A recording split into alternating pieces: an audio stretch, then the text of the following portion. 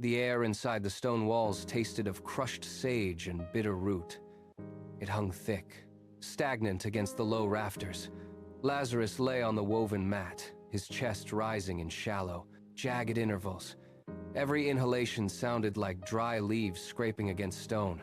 He did not move his head. His eyes remained fixed on the ceiling, tracking shadows that crawled across the limestone surface. The heat in the room was absolute, pressing down until the very marrow of his bones felt heavy. He tried to shift, but the effort exhausted him instantly. His fingers curled into the fibers of the mat, gripping the weave until his knuckles turned pale. Outside, the world continued, but here, time had narrowed to the space between his heartbeats. Each breath was a deliberate, agonizing act of will. The scent of the herbs could not mask the smell of decay creeping into the corners of the room. He blinked, the movement slow and forced, as the silence grew heavy enough to drown out the distant rustle of the trees. He was fading, and the house held its breath with him, waiting for the end. Mary did not look away from the mat. She kept her palm pressed against the cold stone floor, her fingers twitching in rhythm with the uneven rise and fall of Lazarus' chest. Beside her, Martha sat with her spine rigid, her gaze darting from the door to the darkened corners of the room. A sudden gust of wind slammed against the exterior walls, causing the olive trees outside to claw at the stone. The sound was sharp, like fingernails on wood. Martha flinched, her shoulders jumping toward her ears. She leaned closer to the mat, reaching out to touch the brow of Lazarus, then pulled her hand back as if burned. The heat radiating from him was palpable, a furnace in the center of the room. Mary shifted her weight, her knees bumping against the edge of the mat. She looked at her sister, her jaw set tight, the muscles in her neck corded with tension. Every creak of the rafters seemed to amplify the silence that followed. The sisters moved in unison, their bodies tense, braced against a collapse they could no longer ignore. They remained motionless, caught in the suffocating stillness, watching the light fade from the room as the wind continued its frantic assault on the house. Martha rose abruptly. She began to pace the narrow strip of floor between the wall and the mat, her footsteps sharp against the stone. She stopped, turned, and paced again, her hands knotting together behind her back. Every turn brought her closer to the mat where Lazarus lay, his skin glistening with a sheen of sweat that refused to dry. She reached down, her fingers grazing his temple, and recoiled from the searing heat. It was a fire that consumed him from within. Mary watched her sister, her own hands gripping a clay water jar so tightly the edges bit into her palms. She stood up, the jar heavy and cold against her hip. She moved to the side of the mat and looked down at the face of her brother. His lips were parted, emitting a thin, ragged wheeze. Mary turned away from the bed, her gaze fixed on the heavy wooden door that led to the road. She could no longer watch the light leave him. She looked at Martha, who had stopped her pacing, her chest heaving with exertion. "We must send word," Mary said, her voice cutting through the thick, stagnant air. "We must reach out to him now." Martha did not hesitate. She grabbed the latch and swung the door wide, stepping out from the dim, herb-scented room into the searing glare of the afternoon. The sunlight hit her like a physical weight, forcing her to shield her eyes with a trembling hand.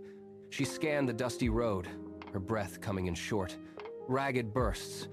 A figure moved in the distance, a man walking with steady, rhythmic strides. Martha lunged forward, her feet kicking up loose grit as she hurried toward the path. She raised her arms, waving frantically until the man slowed and turned his head. He stopped, waiting as she closed the distance. Her chest heaved, the heat of the day rising from the earth to meet her. She reached him, her face tight with a desperate, singular focus. She pointed back toward the home she had just abandoned. "Go," she commanded, her voice raw and firm against the wind. "Find him. Tell him that the one he loves is sick. Do not stop for anything." The man nodded once, his eyes locking onto hers. He turned, his body coiled, and broke into a sprint that carried him instantly away. Martha watched him vanish into the haze, her hands still clenched, holding the silence of the house behind her. The messenger did not look back. His stride was long, eating up the ground with a rhythmic, pounding intensity that sent red dust billowing into the air behind him.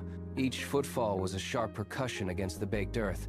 He passed the first grove of olives, the trees blurring into a single streak of gray and green. The sun beat down, turning the sweat on his brow into a stinging brine. But he did not slow. The road narrowed, winding through a rocky ravine where the path turned treacherous and loose with jagged stones. He faltered, his sandals skidding on a patch of grit, and he had to drop his shoulder to regain his balance. He gasped for air, his lungs burning, but the pause lasted only a heartbeat. He shoved off a boulder, regained his momentum, and surged forward into the open expanse of the valley. The horizon ahead stretched out, empty and taunting. He pushed harder, his muscles coiled and straining, his focus narrowed to the single, desperate message he carried. Every mile he crossed was a mile stripped from the shadow of death. He kept his chin down, his eyes fixed on the path, and ran until the house at the edge of the village was nothing more than a memory in the dust. Miles away, the world held its breath. A single gnarled tree cast a wide, deep shadow across the grass. Jesus sat at the base of the trunk, his hands resting calmly on his knees. Beside him, the disciples sat in the cool shade, their backs against the rough bark. The wind here was a gentle hum, moving through the leaves with a soft, rhythmic rustle that stood in stark contrast to the heat of the road. There was no dust here, no urgency. The air was thin and clear, smelling of dry earth and sun-warmed grass. Jesus watched the horizon, his eyes tracking the slow movement of a hawk circling high above. He did not speak. The disciples followed his gaze. Their expressions settled into a quiet, meditative stillness. They shared a meal of bread and dried fruit, their movements slow and deliberate. Every detail of the scene suggested a space where time had lost its sting. The valley stretched out before them, green and vibrant, untouched by the shadows pressing down on the home in Bethany. Jesus closed his eyes, leaning his head back against the wood, completely at rest in the midday sun.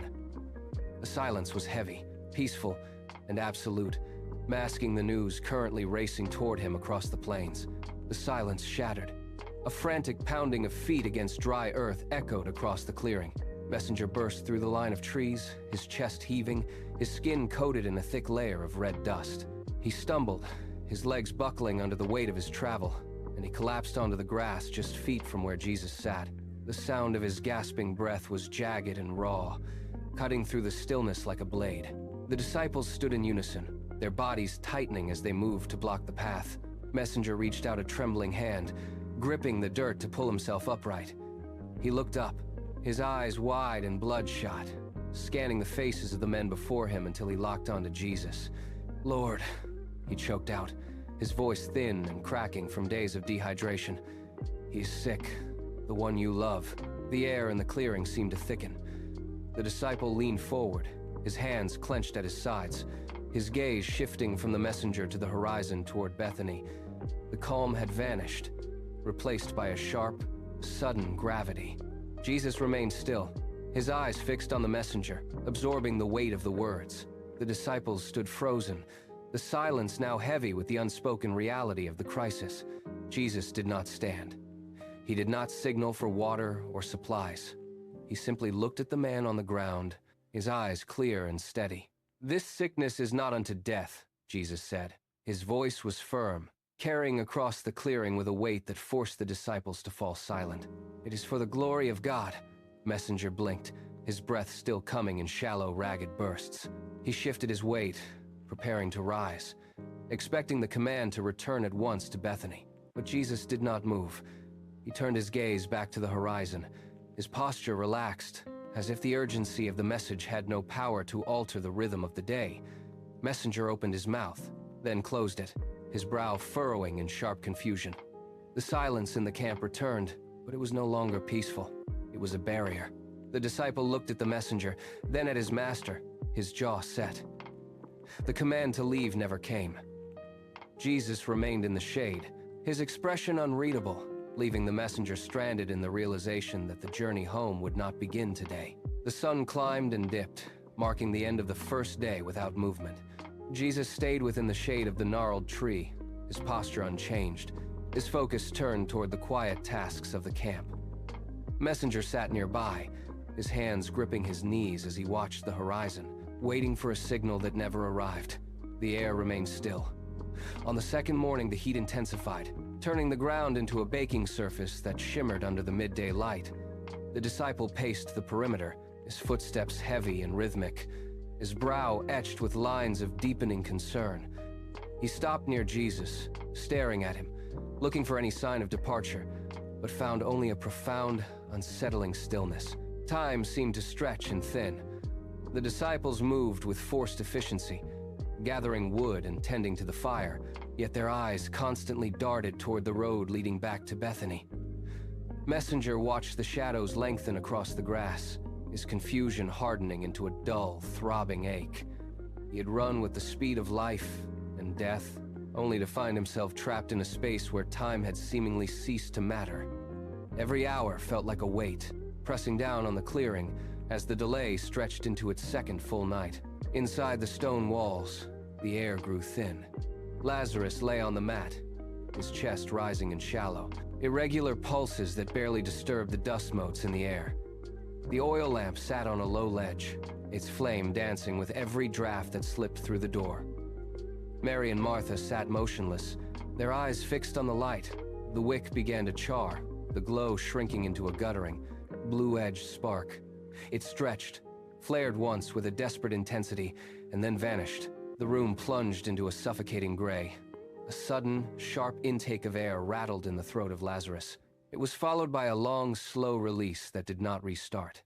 The silence that followed was heavy, pressing against the ears like deep water. Mary reached out, her fingers trembling as she touched the chest of Lazarus, finding no movement beneath the skin. The heat of the fever had dissipated, leaving behind a cold, still surface. No one spoke.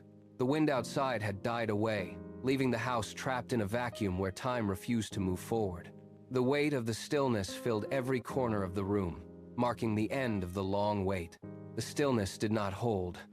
Mary broke it first, a sharp, ragged sound that tore through the room. She dropped her head, burying her face deep into her palms, her body jerking with the force of her breathing. Every sob pushed against the quiet, a rhythmic, violent shaking that rattled the floorboards under her knees. She tried to steady herself, her fingers digging into her own skin, but the air remained jagged. Across the mat, Martha remained motionless for a heartbeat longer, her gaze locked onto the stillness of deceased Lazarus. She reached out, her hand moving slowly, deliberately. She pressed her fingers against the hand of deceased Lazarus. The skin was unresponsive, devoid of the heat that had defined his presence for so long.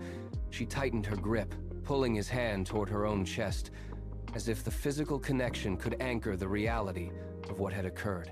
She did not cry out. She simply stared at the space where his life had been, her hands still searching for hope as she held him, the coldness of his skin sinking into her own palms. The room was no longer just silent, it was empty. The heavy silence did not last. Footsteps crunched against the dry earth outside, a slow, steady rhythm that grew louder with each passing second. A group of mourners arrived at the threshold, a line of figures appearing one by one in the doorway, blocking the harsh light from the street. They did not speak. They moved into the room with a practiced, heavy grace, their heads bowed and shoulders pressed close together. The space, once defined by the intimate sorrow of Mary and Martha, now filled with the presence of the community. A villager stepped forward first, kneeling by the mat to mourn, while the second villager stood back, hands clasped, eyes scanning the walls as if seeking a place to set down their collective burden. The air inside shifted, becoming thick with the scent of spices and the sound of low, rhythmic chanting. Hands reached out, moving with mechanical precision to prepare the body for the final rite. Martha stood slowly, retreating to the corner to make room for the others. She watched as they gathered around the mat, their movements overlapping, closing in on the space where deceased Lazarus lay. The room was no longer just a home, it was a site of vigil. The collective weight of their presence pressed against the walls, signaling that the private moment of departure had ended. The vigil ended not with words, but with the lift. 4 men from the group stepped forward, their hands sliding beneath the mat to hoist the weight of deceased Lazarus. They moved in unison, a slow, deliberate shuffle that steered the burden toward the exit. Mary and Martha followed, their steps lagging, feet dragging through the dust of the floor. As they crossed the threshold, the daylight hit them like a physical blow. The path ahead was jagged, winding upward toward the limestone ridge. The sun beat down, turning the red earth into a dry, abrasive powder that rose with every footfall. Halfway to the incline, the man at the front corner stumbled. The burden tilted. A collective gasp rose from the group as they scrambled to stabilize the load, their muscles straining, sandals digging deep into the slope to hold their ground. They caught it. They held it. The brief, a frantic struggle left them panting, the air thick with the smell of dry grass and limestone. They resumed the march, the ascent growing steeper with every yard. Ahead, the dark opening of the tomb waited, a jagged scar against the side of the hill. The path narrowed, forcing the group into a tighter, singular line, marching toward the finality of the stone. They reached the mouth of the cave. The air inside the tomb was cold, a sharp contrast to the heat radiating off the hillside. The men holding the weight shifted their grip, bracing their feet against the uneven rock. One by one, they lowered the burden onto the stone ledge within. Mary and Martha stopped at the threshold, looking into the darkness where their brother now lay. The group of mourners moved forward, their presence filling the space, hands reaching for the massive slab of rock waiting to the side. It was a heavy, unyielding piece of stone, scarred by age and weather. They pushed. At first, it did not move, the weight grinding against the grit of the path. They leaned into it, shoulders low, muscles, cords tightening under the strain. With a sudden jarring lurch, the stone began to slide. It caught, stuttered, then groaned as it traveled across the opening. The light from the valley began to diminish, a sliver of brightness narrowing until it vanished completely. Then came the sound. A dull, heavy thud that vibrated through the ground and up into the soles of their feet. The tomb was sealed. The sound echoed across the hillside. A final, absolute note of closure that left the air vibrating in the sudden, suffocating quiet. The walk back to the house was a blur of dust and shadows. Mary and Martha crossed the threshold, but the space no longer held the warmth of a home. It was a shell. They moved through the rooms, their footsteps sounding hollow against the packed earth floor. The water jars stood untouched. The mat where Lazarus had lain remained exactly as it was, a permanent indentation in the woven reeds. Each hour stretched into a day. They sat by the window, watching the path that led away from Bethany, waiting for a figure that never appeared. The wind rattled the shutters, the only sound in a house that had forgotten how to breathe. Martha paced the perimeter of the main room, her hands gripping the wooden frame of the door until her knuckles ached. Mary stared at the empty hearth, where the ashes from the last fire had long since gone cold. They traced the same patterns of questioning, wondering why the man they trusted had not come. The sun rose and set 4 times, each cycle marking a deeper descent into the quiet. The hope that had once sustained them was now a jagged, painful memory. Outside, the world continued, but inside these walls, time had frozen, locked in the relentless, suffocating weight of the empty tomb. The 5th day began with the same stifling stillness. Dust clung to the windowsills, undisturbed by any breeze. Mary and Martha sat in the center of the room, their eyes fixed on the empty horizon. Then, the air shifted. It was not a change in temperature, but a sudden alteration in the pressure of the room. It let out a low, inquisitive whine, and trotted toward the outskirts of Bethany. Martha stood, her movements stiff from long hours of sitting. She walked to the doorway and looked out. At the edge of the village, where the road turned sharply toward the valley, a figure emerged. He moved with a steady, unhurried gait, his stride eating up the distance between the hills. The light seemed to catch the dust kicked up by his feet, turning it into a golden haze. Jesus had arrived. The tension that had defined the house for days snapped. The atmosphere was no longer stagnant. It was charged with a sudden, sharp clarity. The wait was over, but the weight of what had been lost remained suspended in the air between them. Martha did not wait for an invitation. She crossed the threshold, her feet striking the hard-packed earth with a frantic, uneven rhythm. The distance to the road vanished beneath her rapid strides. Her eyes were red-rimmed, the skin beneath them swollen from days of relentless weeping. She saw the figure ahead, steady and calm, and the sight ignited a sharp, burning ache in her chest.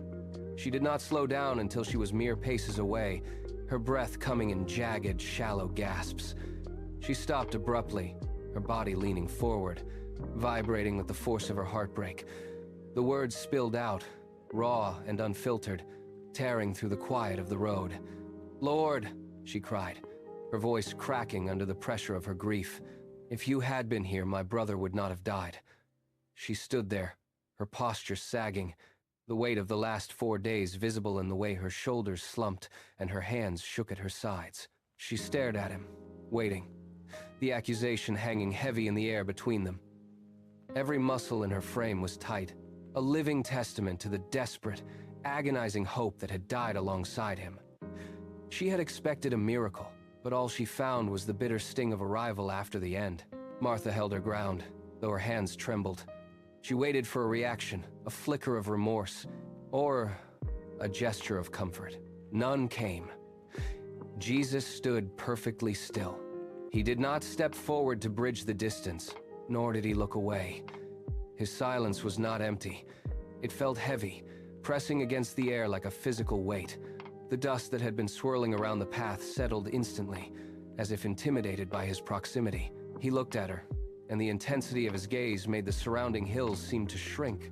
Every sound in the valley, the distant rustle of leaves, the faint movement of the wind vanished. The reality of the recent grave, the cold stone, and the finality of death felt suddenly fragile. He remained motionless, his presence anchoring the space with a calm that defied the frantic, weeping world around them.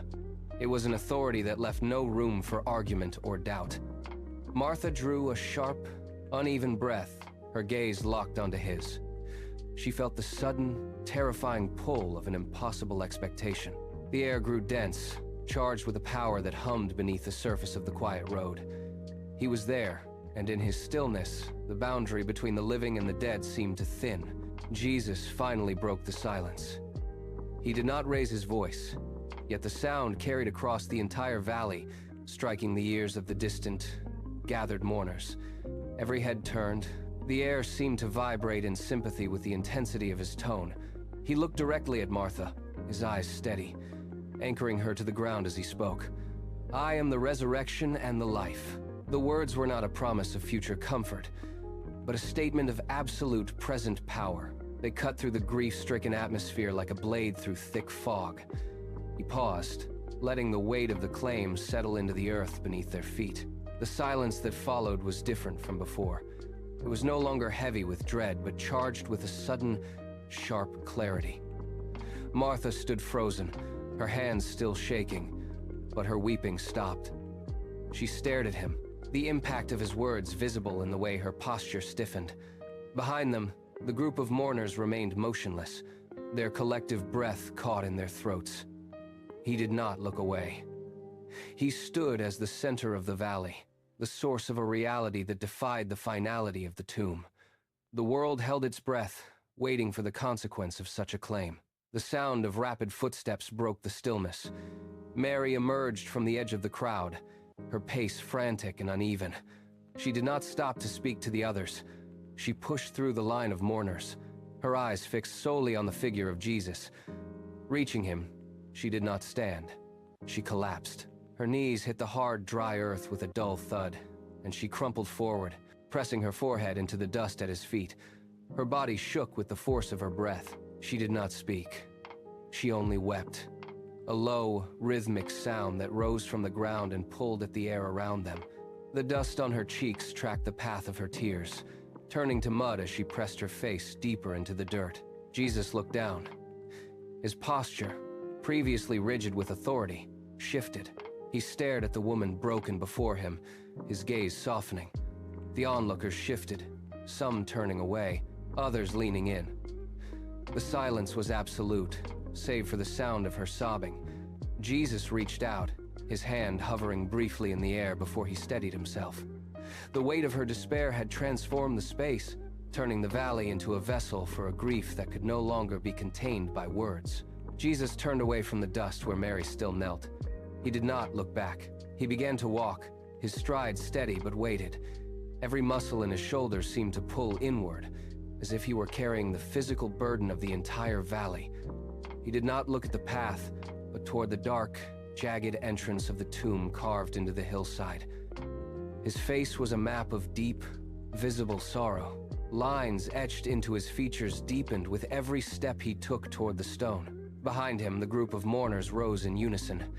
They did not speak. They moved as one body, trailing behind him, their footsteps muffled by the dry earth. They sensed the shift in the air, a drop in pressure that signaled something monumental was about to unfold. He ignored them. He kept his focus locked on the grave, his pace never wavering, his jaw set against the rising tide of his own reaction. The distance between him and the stone door closed by degrees. With each step, the air grew thinner, more charged. The entire hillside seemed to lean in, waiting for his next move. He reached the base of the slope and stopped, standing directly before the cold, unyielding rock that sealed the silence within. Jesus stood motionless before the heavy stone. The air around him seemed to grow cold, vibrating with the weight of his stillness. He did not look at the crowd. He looked only at the rock that held the finality of death. Then, his shoulders began to tremble. It started as a subtle tremor, a ripple through his frame.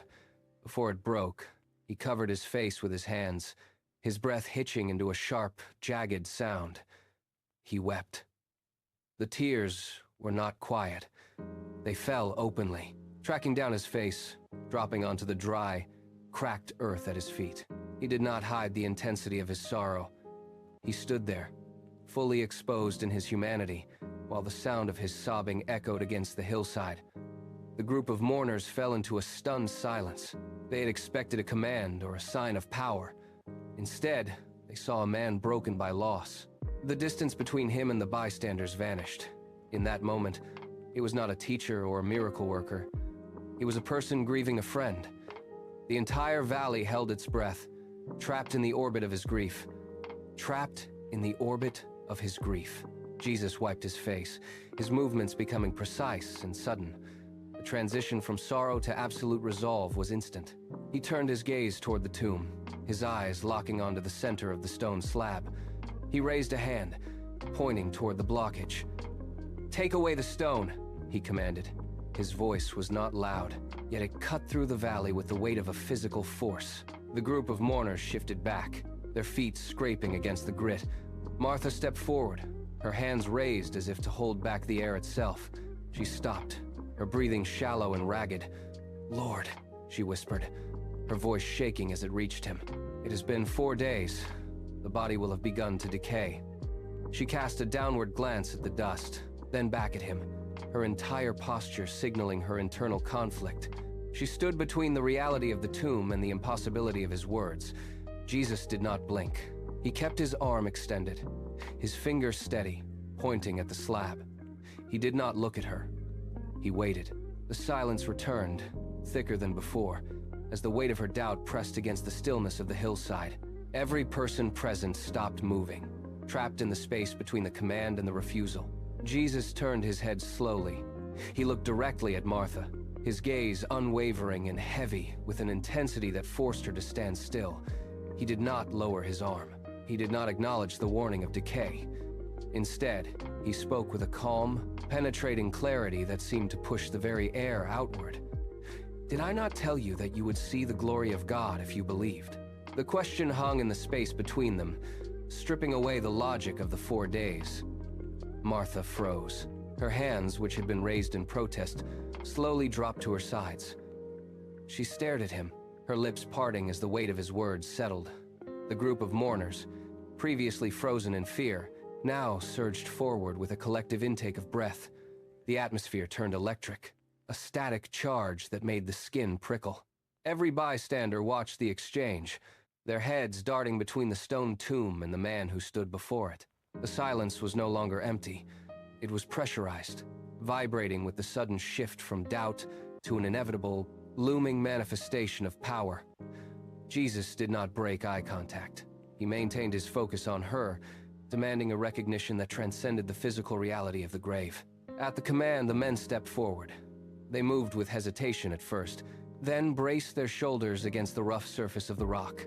The villagers locked their hands into the crevices of the stone, their muscles corded, veins pulsing against the stubborn weight of the slab.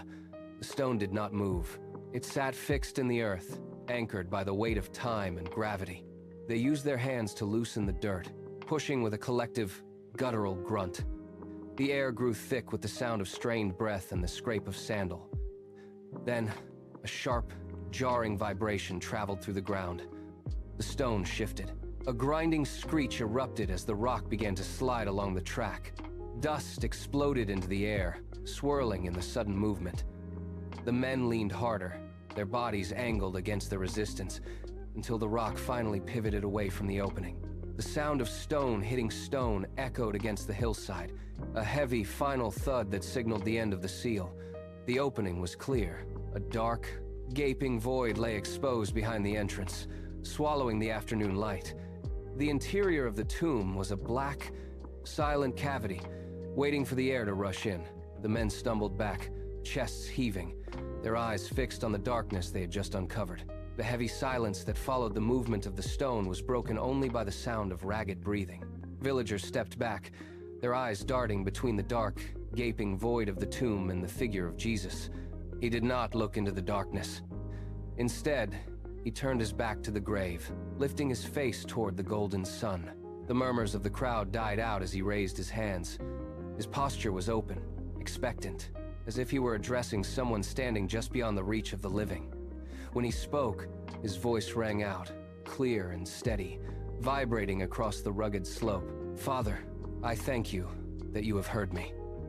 The words were not a plea, but a declaration. They cut through the stagnant air of the hillside, silencing the birds, silencing the wind, silencing the very doubt that had gripped the mourners moments before. He held the position, his gaze fixed upward, his voice carrying a weight that forced every observer to hold their breath. The entire hillside seemed to lean into the sound of his prayer. There was no hesitation in his tone, only a profound certainty that anchored the entire scene. As the final syllable hung in the air, the world waited. Jesus turned. He did not step toward the grave, but faced the opening directly. His presence seemed to pull the very air toward the tomb entrance. The silence on the hillside became absolute, a physical weight that pressed down on every person present. He took a single step forward, his feet crunching against the dry, loose earth. He drew a breath that seemed to fill the entire valley. Then, he spoke. His voice was not a whisper, nor was it a request. It was a projection of authority that rattled the dry grass at their feet. "Lazarus, come forth!" The command echoed against the stone, bouncing back into the dark cavity of the tomb. For a second, nothing happened. The void remained empty, a silent maw carved into the rock. Then, from the deepest shadow of the chamber, something shifted. A sound of fabric dragging against stones scraped through the air. A shadow moved, distinct and deliberate, detaching itself from the gloom at the back of the tomb. The group of mourners surged backward, a collective gasp, echoing like a sudden gust of wind. Every eye widened, every pulse quickened. The darkness within the tomb was no longer empty. It was acting. The crowd froze, paralyzed by the sheer impossibility of what they were witnessing. The scraping sound grew louder, rhythmic and heavy. A male shape emerged from the gloom, dragging against the threshold of the tomb. The crowd collectively leaned forward, their previous terror replaced by a fragile, stunned silence. Lazarus stepped out. He moved into the sharp, golden afternoon light, his body obscured by the layers of linen. He stood still, swaying slightly as if navigating a sudden, violent transition. Mary made a sharp, broken sound, her hands flying to her mouth, her eyes fixed on the figure. She stumbled forward, then stopped, afraid to break the reality of the moment. Martha was closer. She did not hesitate. Her posture, previously crushed by the weight of the last 4 days, snapped upright, her hands unclenched. The lines of exhaustion and grief on her face smoothed into a look of absolute, radiant wonder. She took a step, then another. Her gaze locked onto the figure standing in the dust. The air felt thin, electric. No one spoke. No one turned away. The impossible had crossed the threshold, moving from the dark silence of the cave into the warmth of the living world.